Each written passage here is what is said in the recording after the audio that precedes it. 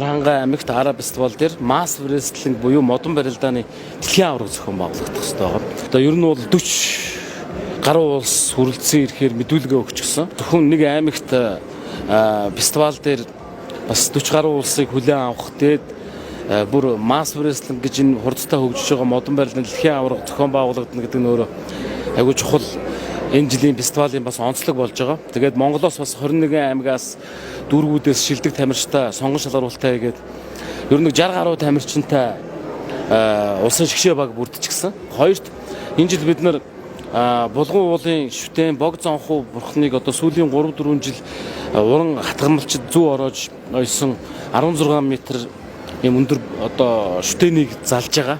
Тэгээд энэ шүтэнийг залаад 24-ний өдөр өнөө цагийн одоо хийт уртын дуучид бүгд уртын дууны фестивал гэж хүүхд багчууд аялж байгаа эцэг эхчүүдэд уртын дуу